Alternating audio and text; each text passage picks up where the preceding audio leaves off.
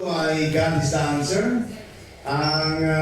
Ang tema nito is about accepting, learning the will of God in prayer. No? So, basahin natin ito ng sabay-sabay. Now listen to me that says, Parang gutom na, teka na. Again. Sabay-sabay natin ha. James 4:13. Now listen to me, you that say, they or which power of electricity, where we stay here and go into business and make a lot of money. You don't even know what your life tomorrow will be. You are like a puff of smoke, which appears in a moment and then disappears. What you say is this: if the Lord is willing, we will live and we will restore that. Amen. So, praise the Lord. Sabi nga maganda yung libro ni James kasi very practical siya. No? Kaya ito po yung kinuha ko sa topic na to. Sa ating introduction, sabi dito, God's will can refer to His perfect plan since the beginning of time. God's teaching for all people, God's specific desires for a group of people or nation, God's unique plan for our individual lives. So pag sinabi natin God's will, hindi ito pwedeng pare-pareho. O hindi ito pwedeng sa bansa nila o sila lang. Siyempre, kalooban ng Diyos, iba-iba yan. Bakit? Nilikha tayo na unique sa isa't isa. No? At kaya yung pag sinabi mong will, a perfect plan, yung teaching na yan, pwedeng i-apply, pero yung will ng Lord, pwedeng iba-iba. Mangyayari ganun. Sabi ng Ephesians 1:11, in Christ we were chosen to be God's people. God had already planned for us to be His people because that is what He wanted. And He's the one who makes everything agree with what He decides and wants. Kaya yung mga Christian ang tinutukoy niya. Yung mga Christian, siya yung gagawa, siya yung gagawa sa kanila, maging sa decision nila at saka sa wants nila. No? Dahil yun ang will niya para sa mga Christian na yun. No? Yan yung example niya sa Ephesians 1. How can a Christian learn to accept God's will and obey it? Magandang tanong. No? How can a Christian learn to accept God's will and obey it? Ano kaya? Ano yung mga practical ways na pwedeng matutunan natin, Sister Eileen? Natanggapin natin yung will ng Panginoon. Ayun po. Siyempre po, di ba po, alam po natin na una, siyempre po yung nagbabasa tayo ng salita ng Diyos. At the same time po, yung na-apply natin siya sa buhay natin. And pag po, nandun tayo sa isang sitwasyon, like, sa akin po yung parang napapractice ko po ito sa sarili ko. Lalo na pag may mga pagkakataon na parang dinadala ka ng Lord dun sa sitwasyon na parang pakiramdam mo hindi siya pleasant. Parang pinapaalala po sa akin palagi ng Lord na siya yung may control ng pangyayari na yun. At the same time, hindi man siya pleasant, pero kapag nag-obey ka, mas nakikita mo, or parang ano niyo po yun, parang yun nga yung sinabi kanina, yung my grace is sufficient for you, na parang mas na-injure mo yung sitwasyon dahil alam mo na kasama mo yung Lord. At alam mo kapag sumunod ka sa Panginoon, meron siyang mas higit na ipapakita sa'yo. Hindi yung nakikita ng mata mo, pero alam mo na meron mas higit na ginagawa yung Diyos out of the sitwasyon na nandun ka. Yan, praise the Lord. Meron pa bang gusto mong ibang sumagot?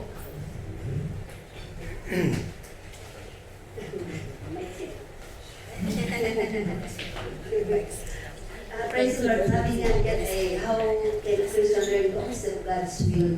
Yun nga, unang-una, hindi natin malalaman kung ano yung will ng Lord kung hindi tayo nga nagbabasa ng salita ng Panginoon. So, from the Bible itself, malalaman natin kung ano yung nais ng Lord na kanyang kalooban at kayabing sundin. Yung sabi nga ng Lord, yung sabi nga, kung alam natin na lahat ng nangyayari sa atin ay alam ng Diyos, because He is all-knowing God, at alam natin na mahal tayo ng Panginoon, di ba? So, sabi nga ay, yung sabi ng Lord sa Romans na, ano nga yun, sa Lord sa Romans Thomas na yung sabi niya na lahat ng nangyayari sa atin ay all things work together for good to them that love the Lord, to them who are called according to His purpose. So, yung kung ano man, sabi ng Sister Irene kanina, kung ano man ang magiging result ito, it is in the hands of the Lord. Sabi niya, because God is in control. So, we have to rely on the will of God. Kasi hindi na yung ilalagay ng Lord na ito ay makakaharm sa atin. Kasi mahal niya tayo. So, all we have to do is just to obey and trust in the Lord kung anong kanyang kalooban sa atin. Yan, praise the Lord. So, mahalaga yung number one na binanggit nila pa kayo, through the power of the Word of God, we will learn who God is, what is His plan for us, and of course, the future of His plan for the people of God. No? Nasa salita ng Lord. Ang blessing lang sa atin, yung Bible kasi available na ngayon. Unlike yung Old Testament, hindi siya available. So, kaya mas mapalad yung New Covenant, di ba? Ngayon, point number 1 natin, sa verse 13. Sabi dito, now listen to me, you that say today or tomorrow, we will travel to a certain city, where we will stay a year and go into business, make a lot of money.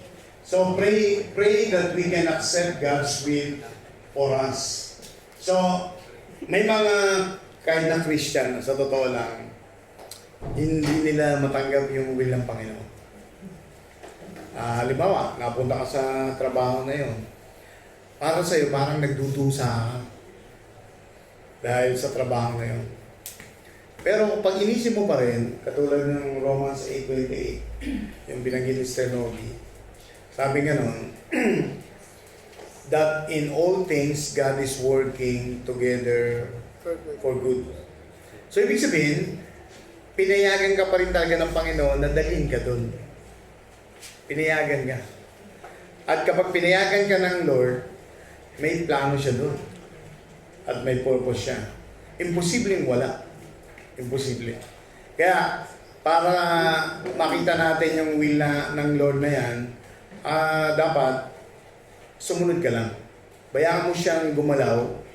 Bayaan mo siyang kumilos siya sa ibang tao o panahon. Pero, you learn to accept it. No? You learn to accept it. Ganun siya. No? Kasi sabi nga ng Philippians 2:13, God is working in you, giving you the desire and the power to do what pleases Him. Kasi even yung the very desire na mangyayari sa iyo, siya pa rin ang gagalaw nun. No? Siya pa rin yung kikilos para mangyari yung gusto niyang mangyari. Diba? Kaya mahalaga siya na maintindihan natin that we can accept God's will. No? How do you see the importance of God's will in your personal life? Bakit kaya mahalaga yung God's will sa buhay natin? Ano yung kahalagahan nito, kapatid? Sino gustong sumagot? Sige ko Ryan, yan. Sumagot na siya. Ay, basta consider na God is perfect, so His will is perfect as well. Yan. Sabi ni Deacon Brian, perfect ang God eh. Siyempre, kung ang will na gusto mong mangyari ay maging perfect sa'yo, sumunod ka sa Kanya. No? Sino ba? Sino ba yung gustong sumagot? Bakit mahalaga yun? Na yung accept natin yung God's will. Deacon Merian? Dudugtong ang mag-verse natin ni Deacon Brian, because God's will is always good, perfect, and pleasing. Yeah, pleasing sa Kanya. Yung, oo. Dudugtong ako rin. Pastor, naalala ko lang po yung prayer ko ni Lord Jesus na kumbaga nag-pray si Lord Jesus about sa mangyayari sa kanya sa kusang Kalbaryo. Pero sabi ng Panginoon, ang kalooban ko rin ng Ama ang siyang mangyayari. So yung kalooban na nangyayari ng Diyos, naging napakalaking impact po sa mankind po. Nagkaroon tayo ng salvation. Yun po. Yan, praise the Lord. Yan, si Sister Joanne. There is peace and joy po kapag tayo ay nagkasama. There is no sorrow. Yan, praise the Lord. Totoo yun, napakasimpleng sagot nun, pero pag hindi natin tinatanggap yung will ng Lord, mag-i-struggle tayo. Every day, no?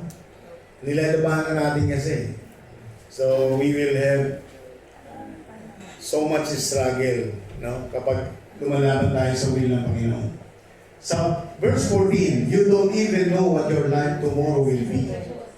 You are like a puff of smoke which appears for a moment and then disappears.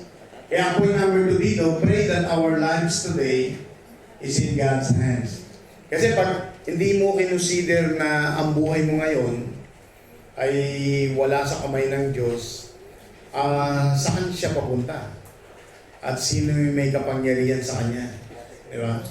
Para siyang usok, sabi nga na, para siyang usok na nakita mo, bigla na lang mawawala siya. Ganun yun. So, yung God's will, napakahalaga niya. Kasi pag in-entrust mo yung buhay mo sa Panginoon, sa kamay niya, wala ka ng problema. Bakit? Nasa kamay ka ng Diyos eh. Diba? Bakit ka ng problema kung anong kakainin mo bukas? Eh, ang Diyos mo ang may supply nun. Diba? Parang gano'n. So, mahalaga siya. Sabi nga ng Proverbs 3, 5-6, nakalina na tayo. Proverbs 3, 5-6. Alam niyo pa, di ba? Trust. Trust in the Lord with all your heart and lean not on your own understanding. In all your ways submit to Him, He will make your paths straight. Yan. Maganda yung salita ano eh. In all your ways, acknowledge Him. Yung in all. Di ba? In all your ways, acknowledge Him. And He shall direct thy paths. Kaya, walk in a manner worthy of the calling to which you have been called. God's plan is start to finish, birth to death. He controls the duration, events, and success. Minsan hindi natin ito makita na ikaw, tayong lahat, sa sinapupunan pa lang ng mother natin, hawak na tayo ng Lord. Diba sabi ni Jeremiah, sabi niya God, you are in my hands even when you are in your mother's womb. Sabi ng Creator. So habang nag-conceive, nagde-develop yung baby, hawak ka na ng Panginoon. Diba?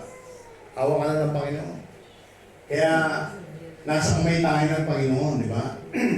In your opinion, why many Christians cannot trust the true architect, Jesus Christ, in building their lives? Di ba? Sabi ng Bible, siya yung master builder, si Jesus. Siya yung totoong architect.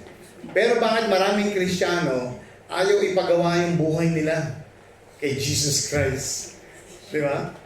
Ayaw nilang ipagawa. Ayaw nilang ipagkatiwala yung buhay nila. Eh, siya yung architect eh. Siya yung master builder. Bakit kaya? Sir John. Kung nung napag-aralan natin, meron po silang demons. Hindi nila maisip po. Kaya ayun, nagda-doubt sila if kaya ba ng architect. Yan. Lumalaban sila sa will ng Lord. Dahil gusto nila, siyempre kung may Satan inspiration, gusto nilang siya yung masunod. Diba? Ano ba? Sister May. Sabi nga nito, para decision. Ako kasi experience ko ito at naging, sabi ko nga kanina kay sister ay bago po mag-umpisa. Kaya po naging pa sa akin yung Proverbs 3 and 5 kasi meron pang kinoconstruct yung Panginoon sa akin. Dahil naranasan ko kasi siya na, for example, naniniwala ka na trust in the Lord with all your heart. Pero gumagawa pa rin tayo ng kaparaanan na ayon sa atin. So, di ba sabi nga doon, do not lean on your own understanding. So, minsan kasi tayo, parang hindi pa rin kasi, honestly, parang hindi pa rin ako fully na nagsasubmit sa Panginoon. So, siguro ito, pinapa-remind sa akin ng Panginoon na ito yung panghahawakan mo. Every time na nagtitiwala ka sa akin, hayaan mo, ako ang kumilos sa'yo. Kasi pagkalooban kasi talaga ng Panginoon ay talagang smooth siya at makikita natin na ito talaga yung ano ng Panginoon sa atin. Yan, thank you. May nagtaas pa doon? Meron pa ba? Ayan, Sister Ray. Sa akin, pride. Bye.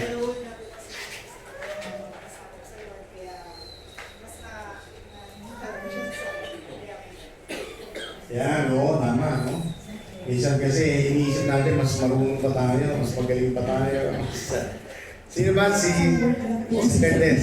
Marami pong Kristiyano ang nagmamadali sa buhay. Gusto makita ka ng gusto bukas. Mamadali. Kahit hindi naantay yung anong kalooban, hindi naantay ang kalooban ng Lord, nakakapag-desisyon ng kanyang buhay.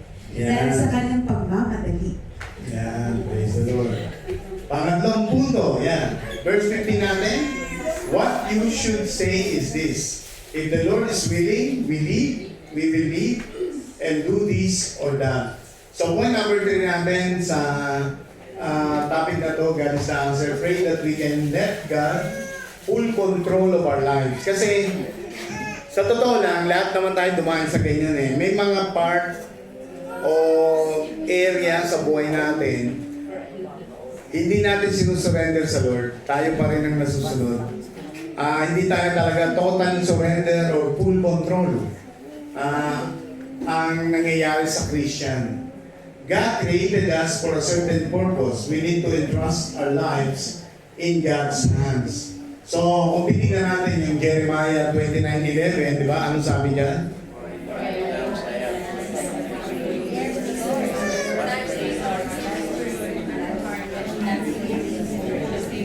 So, actually, ang sinasabi doon ni Jeremiah, yung buong buhay natin yun. Hindi lang part ng buhay natin. Diba? Pati yung future natin, hindi lang yung present, pati yung future. Diba? Binigyan tayo ng magandang plano ng Panginoon. Kaya mahalaga po na ipagkatiwala natin yung full control sa kamay ng Panginoon. So, may tanong tayo, can anyone share testimony how giving God the control made a big difference or better than expected? Yung dati hindi mo siya sinusurrender ng totally ang buhay mo sa Lord. Ngayon, nung nasurrender mo na, nakita mo yung malaking difference at naging better sa dati mong buhay. Sino gusto mag-testify? Sister Len.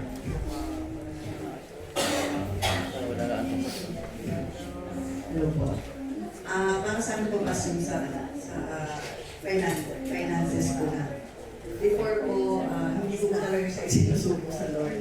Dahil parang para sa akin, lalo din yung sa pagbibigay sa Panginoon. Na minsan partial yung aking pagbibigay sa Lord. Pero parang inisip ko, imbis na ibayad sa ganito, ganyan, tapos ibibigay na lang sa church.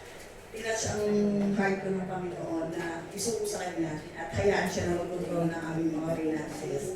And truly, napakabuti ng Panginoon na yung difference nung aming life before at yung life namin ngayon is so much better kasi maraming mga blessing na ibinigay ng Panginoon.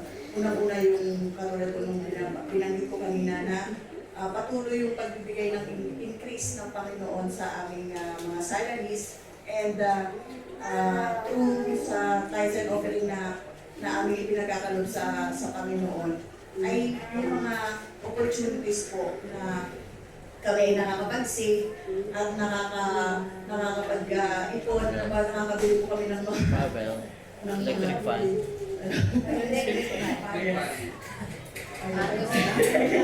Nakakabili po kami ng mga investment, ganyan. So, yun po, yung difference po is better po ngayon dahil alam natin na ang kapag binigay po natin yung control sa budgeting natin sa ating Panginoon ay magandang talaga. Praise the Lord. No? Sister, accountant ka ba? Yes. Accountant ka? Oh, accountant pala siya. experience niya, no? Lalo na accountant siya. Kasi pag accountant ka, talagang ano yun eh. May listahan ka lahat, in and out, di ba? Minus and addition, subtraction. At saka, siyempre, tsaka medyo ano ka, di ba? Ina-account mo lahat. Pero praise the Lord din, dahil nakalaya siya. Kasi yung karanasan na ganyan na isurrender mo, mabigat yan eh. Lalo sa mga accountant, ako napakabigay ko yun. Yung mga hindi accountant, hindi na, lalo pa kung accountant ka. So, praise God. Miracle yun. Miracle siya. Kasi pag tinignan mo, iyan yung isang area na pag-aralan natin ng Friday. Iyan yung isang area na mahirap isurrender sa Panginoon. Dahil sa curse eh. Yung curse, yung love of money. Dahil sa curse. Kaya mahirap siyang isurrender. Kaya pag nakalaya ka dyan, naku, praise the Lord, papunta ka na talaga sa langit. Sigurado na yan. Papunta ka na talaga sa langit. Last na tayo. Verse 16. But now you are proud and you boast. All such boasting is wrong. So point number 4 natin, pray to obey God's will without hindrances. Bakit kaya ganito yung last point natin?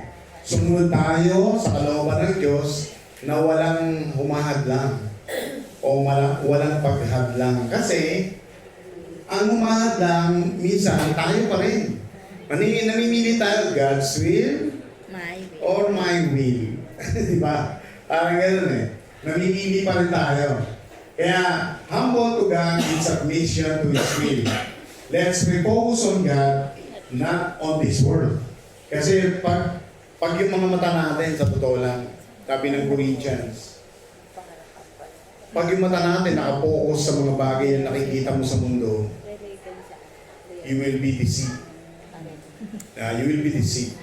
Bakit ka mag-deceive? Kasi makakalimutan mo na hindi ka taga-lupa. Tagalangit ka. Kaya sabi ni Corinthians, lahat na nakikita mo, temporary lang yan eh. Bakit ka nagpo-focus sa kanila? Mag-focus ka sa mga hindi nakikita. Diba sabi ni Paul? 2 Corinthians 4, sabi niya, focus your eyes on the things which you cannot see because they are permanent. But all the things that you see, they are temporary. Sabi niya nun. Kaya mahalaga yan na you refocus on God, not His Word. Diba? Sabi nga ng James chapter 4 verse 17. Ano yung talata na yan? Sino nakakita tayong mabasa? Last verse natin yan. James 4:17. If anyone then knows the good and they ought to do and doesn't do it, it is sin for them. Diba?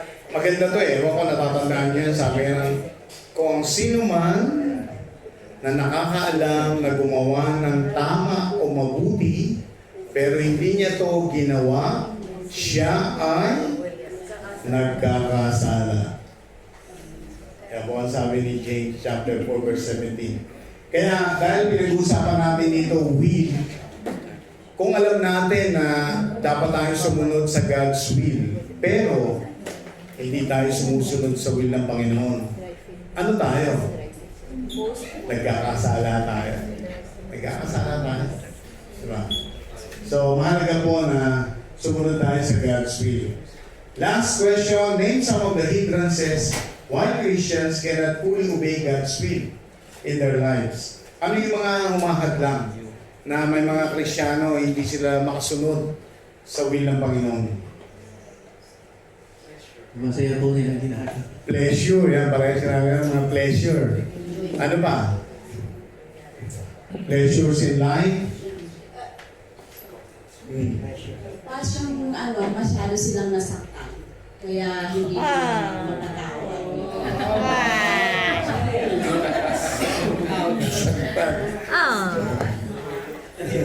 Parang kanta yun sakit ng puso. Pain, emotional pain, pwedeng bitterness, resentment, anger, pwede rin, no? Because of their unbelief. Unbelief, no? Ano ba? No? Ano yung mga umahad lang? No? Kaya hindi makasunod. Jealousy. Jealousy, Right. pride, Well, pero pag tinignan mo sa lahat ng bagay, ano yung sinasabi lagi? Pastor, mahal na mahal ko kasi. Talaga mahal na mahal ko siya. Alam mo ba, sabi ng Panginoon, dalawa lang ang mautos niya eh. Mahalin natin ang Diyos ng buong isip, lakas, kaluluwa, ng higit sa lahat. Kapag meron tayong minahal ng higit sa Diyos, hindi tayo susunod sa Kanya. Di ba? Pag meron tayong minahal ng higit sa Lord, hindi tayo susunod sa Kanya. Kasi yun yung utos niya talaga eh. At kalooban niya yun. Kaya pag hindi tayo sumunod na mahalin siya ng higit sa lahat, hindi tayo susunod sa will ng Panginoon. Kaya, sige. Naisip ko po, dahil po siguro sa ating Christians, parang naisip natin, yung standard ng Lord po ay hindi akma dun sa standard natin. Siyempre. So, isa din po yun na parang, hindi, meron po kasi akong mga nakakausap din na Christian na parang, ang sabi kasi ng Lord, ganito, ganyan sa salita niya, pero bakit ito nangyayari sa akin? So, ito po yung nati-reach na punta. Ang sagot doon yung kay Isaiah. Ang sagot kay Isaiah dyan, di ba? My thoughts are higher than your thoughts and my ways are higher than your ways. Yun siya. Yun yung nami-miss natin na nagiging kasalanan. We miss the standard of God. Kaya yun po yung isang definition ng sin. No? In conclusion na tayo. Obey God, the answer to become winners. So there are three attitudes towards the will of God. Number one, ignoring the will of God, sabi ng James chapter 4, 13, 14, 16. Pangalawa, disobeying the will of God, James chapter 4, verse 17. Pangatlo, obeying the will of God, James chapter 4, verse 15.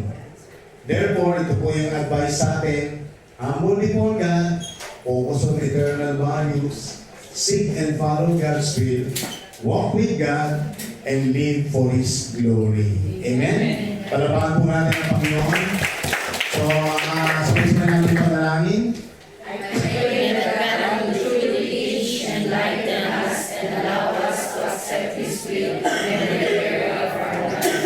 I pray also that God will give us the wisdom and the right direction to submit everything, knowing that He knows best and only God has power to bless us. Praise the Lord.